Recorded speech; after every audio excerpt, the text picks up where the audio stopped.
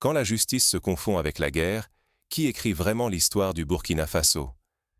Dans une salle d'audience tendue, la sentence tombe. Prison à perpétuité pour Paul-Henri Damiba, ancien président, désormais jugé pour trahison, espionnage et complot contre l'État.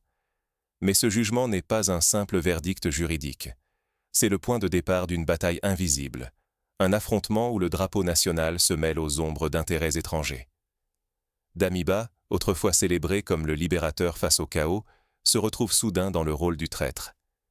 Les accusations sont graves: collusion avec des puissances étrangères, fuite de renseignements, manœuvre pour renverser son successeur, le capitaine Ibrahim Traoré. Chaque chef d'inculpation résonne comme une déclaration de guerre interne, où la loyauté du pays est mise à l'épreuve. Derrière la façade du procès, c'est l'influence française qui vacille. On parle de réseaux d'espionnage, d'officiers supérieurs arrêtés, de purges militaires qui s'intensifient jour après jour. Pour la première fois, l'armée burkinabé semble déterminée à couper les fils qui relient Ouagadougou à Paris. La condamnation de Damiba n'est pas seulement une sanction.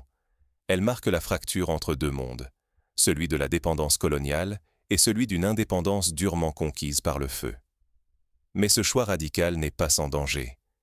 Si cette justice n'est qu'un coup d'État déguisé, le Burkina Faso joue sa survie. Le chaos, la perte de souveraineté, voire la guerre civile, ne sont plus des scénarios lointains. La population retient son souffle, consciente que l'avenir du pays se joue désormais au tribunal, et non plus uniquement sur le champ de bataille. Dans ce climat explosif, le procès de Damiba devient le miroir d'une crise profonde. Qui contrôle réellement le destin du Burkina Faso? Qui tire les ficelles dans l'ombre? Et jusqu'où le pouvoir actuel est-il prêt à aller pour rompre avec le passé? Pour comprendre comment un simple procès a pu bouleverser tout un pays et ébranler l'ordre régional, il faut revenir aux origines de cette tempête. Plongeons ensemble dans les premiers jours de la crise, là où tout a commencé et où les lignes de fracture se sont dessinées entre anciens alliés et nouveaux ennemis. Comment un pays déchiré par la violence en est-il arrivé à s'attaquer à ses propres généraux? Cette question brûlante secoue aujourd'hui le cœur du Burkina Faso, révélant une fracture profonde bien au-delà d'un simple procès militaire. Au départ, tout commence par une promesse. Paul-Henri Damiba, un colonel formé dans la tradition militaire, renverse un président civil. Il jure de restaurer la sécurité, de sauver le pays plongé dans la terreur des groupes armés. Mais très vite, l'espoir s'effrite. Malgré la rhétorique guerrière, les attaques continuent, les villages brûlent, et la population attend toujours la paix promise. 8 mois plus tard, la frustration explose. Ibrahim Traoré, un jeune capitaine, prend la tête d'un second coup d'État. Son ascension n'est pas le fruit du hasard. Sur le terrain, les soldats vivent l'enfer. Les renforts n'arrivent pas. Les armes manquent. Les ordres paraissent déconnectés de la réalité. Pour beaucoup, le système est cassé, et ceux qui commandent semblent plus préoccupés par la politique que par la survie des hommes. La colère gronde dans les rangs. Les jeunes officiers, forgés au feu des combats, estiment que la hiérarchie a trahi ses propres soldats. Traoré incarne cette nouvelle génération qui ne veut plus attendre des miracles venus de l'extérieur, ni obéir à des ordres dictés par d'anciennes alliances. Il promet de rompre ce cercle vicieux, quitte à écarter brutalement ceux qui, selon lui, freinent la reconquête de la nation. Mais ce bouleversement soulève une question cruciale. Sans confiance dans ses élites, l'armée peut-elle encore protéger la population? Lorsque la méfiance s'installe entre les chefs et les hommes du rang, lorsque les accusations d'espionnage et de trahison se multiplient, c'est tout l'appareil de défense qui menace de s'effondrer de l'intérieur. Et pourtant, derrière ce duel entre Damiba et Traoré, se profile un enjeu bien plus vaste.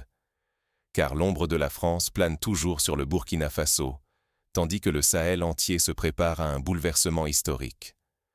Dans les coulisses de cette lutte de pouvoir, les influences étrangères et les réseaux secrets s'activent, bouleversant l'équilibre de la région tout entière. Et si la véritable guerre ne se jouait pas contre les djihadistes, mais au cœur même de l'armée burkinabé? Depuis la condamnation à perpétuité de Paul-Henri Damiba, ancien président et général, la scène s'est transformée en champ de bataille politique, où se croisent soupçons d'espionnage, règlement de compte et rupture radicale avec l'ordre ancien. Le procès de Damiba n'est pas celui d'un homme, c'est celui d'un système. L'accusation est lourde. Avoir organisé, selon l'État, un réseau d'espionnage au profit de la France, alimentant une machine de renseignement parallèle, capable d'influencer jusqu'aux opérations antiterroristes. Derrière les murs du tribunal militaire, le récit officiel évoque des fuites d'informations stratégiques, des sabotages logistiques et même des tentatives de préparer le retour de l'ancien régime grâce à l'appui d'une puissance étrangère. La purge va bien au-delà de la justice. En quelques semaines, des généraux et colonels ayant fait leur classe dans les académies militaires occidentales sont évincés, parfois arrêtés, souvent discrédités publiquement. Leur expérience, autrefois valorisée, devient soudain suspecte. Le message est clair. Plus question de tolérer la double allégeance, ni de laisser des réseaux pro-français contrôler la hiérarchie de l'armée. Face à eux, une génération nouvelle prend le pouvoir. Officiers de terrain, jeunes capitaines et commandants ayant combattu sur les lignes de front, ils sont propulsés à des postes clés du commandement. Leur légitimité ne vient ni de diplômes européens, ni d'un carnet d'adresses à Paris, mais d'années passées à affronter la violence sur le sol burkinabé. Cette promotion n'est pas un hasard.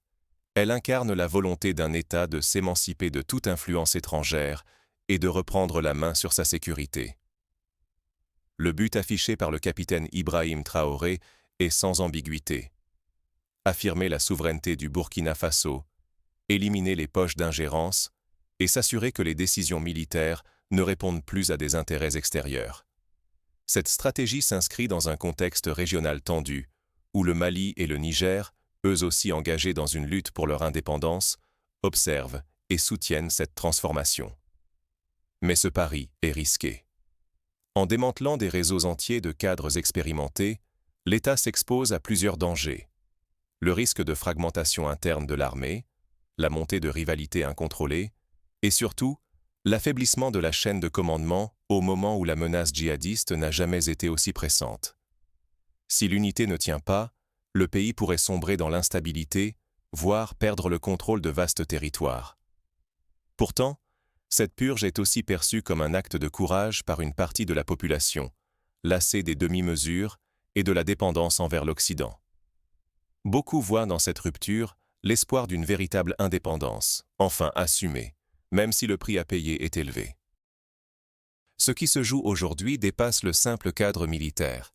C'est toute la structure du pouvoir, des alliances et de la souveraineté nationale qui vacille. Soit le Burkina Faso parvient à consolider son autorité et à se prémunir contre les retours de flamme, soit il ouvre la porte à une fragmentation qui profiterait aux réseaux armés et aux intérêts extérieurs. Mais ce bouleversement interne n'est que la partie visible d'un jeu de puissance bien plus vaste, où chaque mouvement à Ouagadougou résonne jusqu'à Paris, Moscou et au-delà. Car derrière cette lutte pour l'indépendance, d'autres acteurs avancent déjà leurs pions. Quelles puissances étrangères cherchent à remplir le vide laissé par la France? Quand la France part, qui prend sa place et à quel prix? L'expulsion de l'Occident du Sahel n'a pas créé un vide, mais une recomposition fulgurante de la région. Au cœur de cette transformation, l'Alliance des États du Sahel, le Mali, le Niger et le Burkina Faso s'affirme comme une force régionale soudée, rejetant ouvertement l'influence de la CEDEAO et de la France. Ce choix radical, c'est le pari de la souveraineté absolue, mais aussi le risque d'un isolement diplomatique et économique. Face à leur départ, de nouveaux acteurs émergent. La Russie, d'abord en coulisses via Wagner, puis désormais à visage découvert sous la bannière Africa Corps, s'installe dans les palais présidentiels et sur les terrains d'entraînement militaire. Mais Moscou n'est pas seul. La Turquie s'infiltre par la vente de drones et de blindés.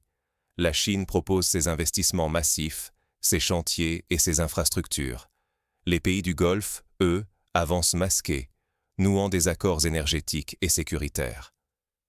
À peine l'Occident écarté, la compétition internationale pour l'influence et les ressources reprend, plus féroce que jamais. Pour Washington, la situation tourne au casse-tête. Faut-il s'adapter à cette nouvelle donne en dialoguant avec les juntes, au risque de légitimer des régimes militaires, Ou faut-il couper tout lien et laisser le terrain libre à la Russie et à la Chine? Le dilemme américain révèle la profondeur de la rupture. Le Sahel n'est plus un simple précaré français, mais un champ de bataille global où chaque erreur peut coûter des années d'influence. Mais cette purge brutale et cette recomposition géopolitique ne sont pas sans dangers internes. Si l'épuration des gradés soupçonnés de trahison permet d'assainir la hiérarchie, elle peut aussi fragiliser l'armée. Purger trop vite, trop fort, c'est risquer de rompre la chaîne de commandement, d'affaiblir la cohésion face aux groupes armés, et de créer une vacance sécuritaire dont les ennemis du pays pourraient profiter. Un front uni contre l'Occident ne garantit pas la victoire contre la menace djihadiste, ni le retour de la paix dans les villages. Le risque est colossal. Si cette stratégie échoue, le Sahel pourrait se transformer en théâtre de lutte incontrôlée où les puissances étrangères s'affrontent par procuration, ou pire, plonger dans un chaos où l'État lui-même n'existe plus que sur le papier. L'histoire récente de la Libye et du Soudan le rappelle. Chasser une influence extérieure, sans consolider l'État, ouvre souvent la porte à la violence et au morcellement. Ainsi, tout repose désormais sur l'efficacité de la nouvelle gouvernance militaire. La promesse de souveraineté ne tiendra que si la sécurité quotidienne des populations s'améliore concrètement, et si l'armée épurée reste capable de défendre les frontières. Les regards sont tournés vers Ibrahim Traoré et ses alliés. Sauront-ils transformer cette rupture géopolitique en victoire durable pour le peuple burkinabé? Mais la question centrale demeure. Cette vague de purge et de rupture peut-elle réellement protéger les Burkinabés du chaos, ou expose-t-elle le pays à de nouveaux périls? Pour le comprendre, il faut regarder de près la capacité du régime Traoré à rétablir la sécurité sur le terrain. Sur le terrain, seule une chose comptera: les résultats. Les discours, les procès, les règlements de compte n'auront de valeur que si la sécurité revient enfin au Burkina Faso. La population n'attend plus de promesses, elle exige des actes concrets, visibles, tangibles. Si l'armée de Traoré, purgée de ses anciens généraux accusés de trahison et d'espionnage, parvient à repousser les djihadistes et à reprendre le contrôle des zones abandonnées, alors cette purge brutale sera vue comme un mal nécessaire. Pour beaucoup, une victoire contre le terrorisme effacera les doutes, légitimera le nouveau pouvoir et donnera un sens à cette rupture radicale avec l'ancien ordre soutenu par Paris. Mais si, dans les semaines et les mois à venir, l'insécurité persiste ou s'aggrave, la colère montera. Les familles des victimes, les déplacés, les jeunes sans futur demanderont des comptes. L'instabilité pourrait alors empirer, fragilisant encore plus le pays et discréditant Traoré. Une armée affaiblie par les purges, des commandants inexpérimentés et une chaîne de commandement secouée pourraient ouvrir la voie à de nouveaux coups d'État ou à une guerre civile. La population, elle, ne s'intéresse ni aux jeux géopolitiques ni aux querelles idéologiques. Son seul critère est simple: retrouver la paix, la sécurité pour sortir de l'angoisse quotidienne. Tant que les attaques djihadistes frappent les villages, les marchés, les routes, aucune victoire politique n'aura de poids. Dans ce contexte, les alliances régionales, avec le Mali, le Niger et l'Alliance des États du Sahel, offrent un soutien militaire et politique à Traoré. Mais elles créent aussi de nouveaux risques, dépendance à d'autres puissances, multiplication des fronts et possible isolement sur la scène internationale. La moindre faille dans cette stratégie pourrait être exploitée par des forces étrangères ou par les groupes armés opérant dans la région. L'avenir du Burkina Faso, et plus largement celui du Sahel, se joue maintenant. La force affichée par Ibrahim Traoré doit impérativement se transformer en sécurité réelle. Sinon, le pays risque de basculer dans une instabilité chronique encore plus profonde que celle qu'il cherche à fuir. Reste une question brûlante. Cette rupture avec l'Occident mènera-t-elle le Burkina Faso vers l'indépendance véritable ou l'exposera-t-elle à de nouveaux périls inattendus?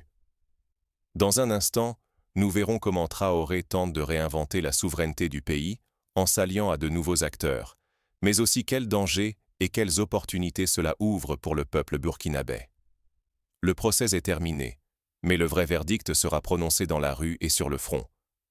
Ce n'est pas la salle d'audience qui tranchera, ce sont les prochains mois, quand chaque décision pèsera sur la vie de milliers de Burkinabés, sur chaque village repris ou perdu, sur la capacité d'un peuple à choisir son destin. Ne nous laissons pas piéger par le récit trop simple du libérateur contre le tyran. La réalité est plus complexe, plus dure. Derrière la condamnation de Paul-Henri Damiba, il y a une lutte sans merci pour la souveraineté, qui broie des vies et redessine la carte du pouvoir. Ici, la justice ne se mesure pas au discours ni aux symboles, mais à l'épreuve du feu. Qui protège vraiment le peuple? Qui sert l'intérêt national au-delà des slogans? Ce qui se joue, ce ne sont pas des idées abstraites. Ce sont des vies humaines, des territoires entiers, des ressources vitales, et la possibilité, ou non, de sortir du cycle de la dépendance. Exiger des faits, pas des promesses. Ouvrir les yeux sur les alliances, les manipulations, les intérêts cachés. Refuser de se contenter d'une version officielle, venue d'où qu'elle soit. La rue, le front, les villages isolés, c'est là que le véritable verdict tombera.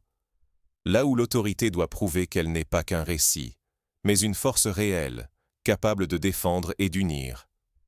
C'est ici que se joue la possible émergence d'un nouveau modèle d'indépendance pour le Sahel, ou bien la plongée dans une nouvelle spirale de conflits et de manipulations extérieures.